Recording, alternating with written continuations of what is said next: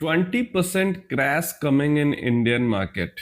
क्या सच में ऐसा हो सकता है? देखिए, समझने की चीज है। यहाँ पे एक इंटरव्यू हुआ है, बिजनेस स्टैंडर्ड ने एक इंटरव्यू लिया है और वहां पे एक पर्सन ने इस चीज को प्रिडिक्ट किया है कि भारत के अंदर में 20% का क्रैश आ सकता है।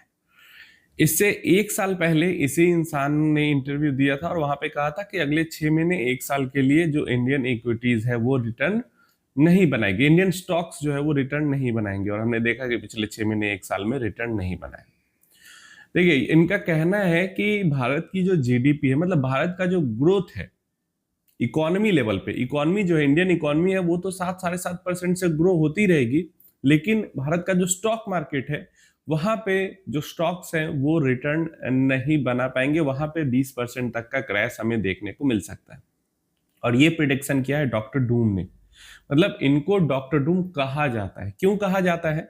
इनका असली नाम है मार्क फेवर, लेकिन इनको डॉक्टर डूम इसलिए कहा जाता है क्योंकि ये जो प्रिडिक्शन करते हैं वो ज्यादातर समय सही होते हैं। अभी इनका जो प्रेडिक्शन होता है ये उस टाइप के नहीं है जैसे ये जो रिच डैड पुअर डैड वाले हैं, रॉबर्ट कियोसाकी, जो कि हर महीने निकल के आते हैं, कहते हैं क्रैश होगा हर महीने। तो चलो हर महीने कहेंगे तो कभी तो गिर जाएगा। या फिर माइकल बरी, जो कि एक बार उन्होंने कैश प्रिडिक्ट कर दिया और बस करके हट गए, उसके बाद से अभी तक जब भी उन्होंने प्रिडिक्शन किया है फेल ही हुए हैं। उनके ऊपर तो मूवी भी बन गई। समझ रहे हो ना पीआर कितना स्ट्रांग होता है कि एक सही क्रैश प्रिडिक्ट किया, वहां पे उन्होंने पैसे भी बनाए, मूवी बन गई, लेकिन आज तक दोबारा सही कभी प्रिडिक्शन नहीं कर पाए। लेकिन जहां तक मार्क फेवर की बात करते हैं तो स्टार्टिंग जो इनका हुआ था इनके कैरियर का, अभी बता दूं मैं, 50 साल से ज्यादा का इनके पास एक्सपीरियंस है स्टॉक मार्केट के अंदर में दुनिया भर के। स्विट्जरलैंड से इन्होंने शुरुआत की, मतलब स्विट्जरलैंड में इनका जन्म हुआ, लेकिन ये अलग अलग कंट्रीज के अंदर रह चुके हैं। हांगकांग में इन्होंने काफी टाइम बिताया है, उसके बाद अभी थाईलैंड के अंदर रह रहे हैं।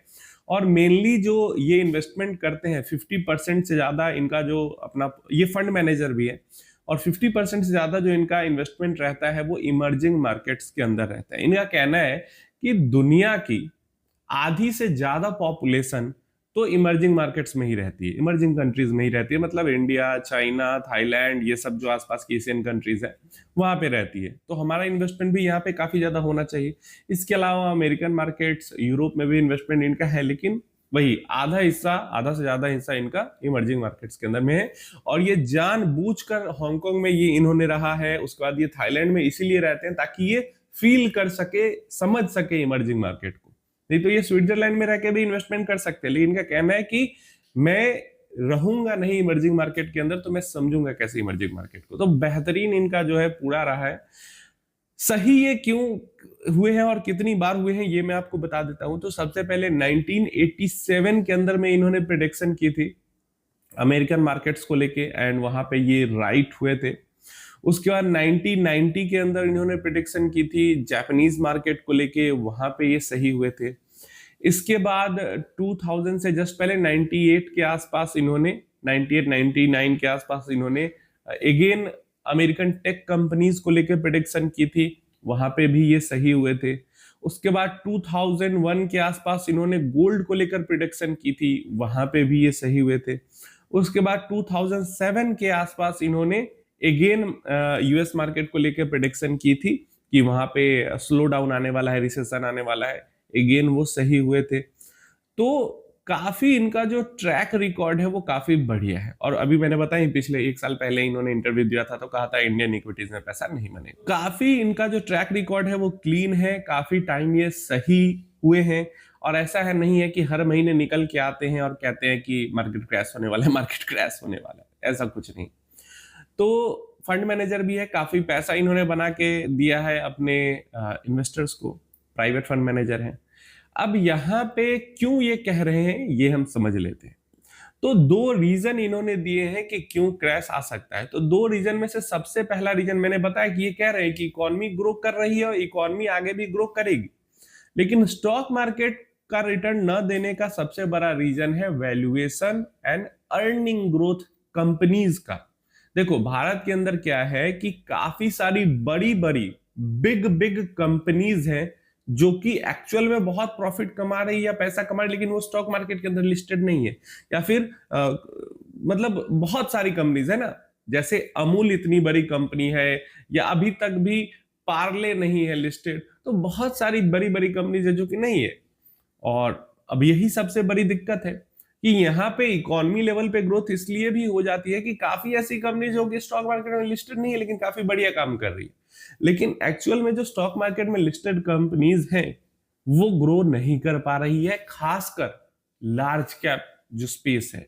मिड कैप स्पेस में या स्मॉल कैप स्पेस में बात करें तो स्मॉल कैप स्पेस में हमारे यहाँ पे भारत के अंदर में काफी सारी, अब जो इन्होंने प्रेडिक्शन किया मुझे लगता है जो इनका मान मतलब जो है ये मोटिव वो लार्ज कैप की तरफ ज्यादा है, क्योंकि स्मॉल कैप में बहुत ज्यादा अलग अलग टाइप के सेक्टर्स आ जाते हैं।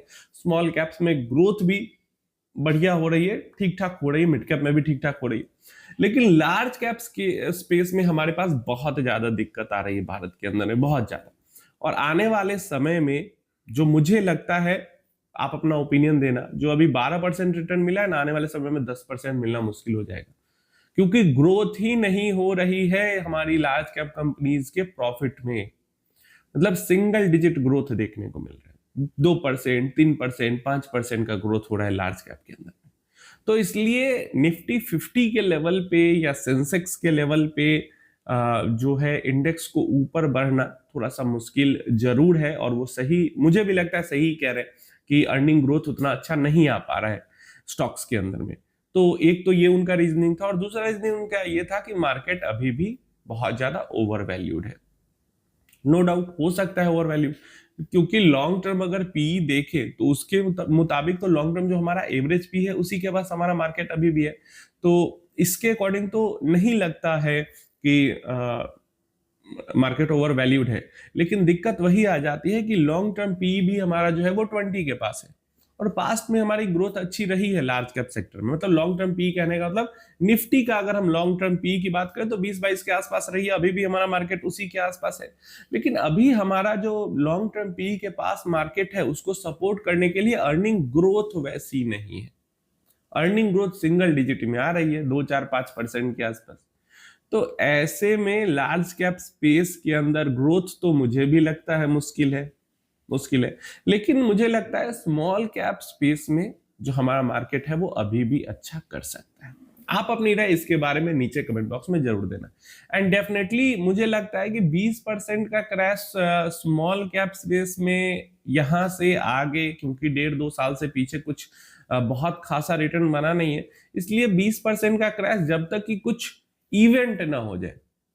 इवेंट कहने का क्या मतलब है, ट्रम्प टैरिफ वाला इवेंट हुआ, जब वहां से रिकवरी हुई तो वॉर वाला इवेंट हो गया। अब वॉर वाला इवेंट जब खत्म हुआ, इसके अलावा अगर कोई इवेंट, कोई एक्स्ट्राऑर्डिनरी इवेंट हो जाता है जिस कारण से क्रैश आ जाता है, तो 20% का क्रैश आ सकता है, कोई बड़ी चीज नहीं है small cap mid cap segment में। लेकिन अगर कोई ऐसा इवेंट नहीं होता है तो नॉर्मल सिनारियो में स्मॉल कैप मिड कैप में 20% का क्रैश आना मुझे नहीं लगता कि पॉसिबल है। लार्ज कैप सेगमेंट में मुझे लगता है टाइम करेक्शन और हो सकता है जब तक कि ग्रोथ नहीं आती है, अर्निंग ग्रोथ नहीं आती है। आप राय देना अपनी, बताना कि 20% क्रैश आपको लगता है आ सकता है, नहीं आ सकता है, क्या हो सकता है। मुझे लगता है टाइम करेक्शन डेफिनेटली हो सकता है लार्ज कैप स्पेस में, 20% क्रैश तो थोड़ा मुश्किल है। और स्मॉल कैप स्पेस में अगर कोई स्पेसिफिक इवेंट नहीं होता तो 20% क्रैश मुमकिन नहीं लगता है। आप बताओ क्या हो सकता है, नहीं हो सकता है। वीडियो इंफॉर्मेटिव लगी, अच्छी लगी तो लाइक कर देना वीडियो को, कुछ सीखने को मिला तो हाइप कर देना वीडियो को, और सब्सक्राइब नहीं किया चैनल को तो सब्सक्राइब जरूर कर लेना।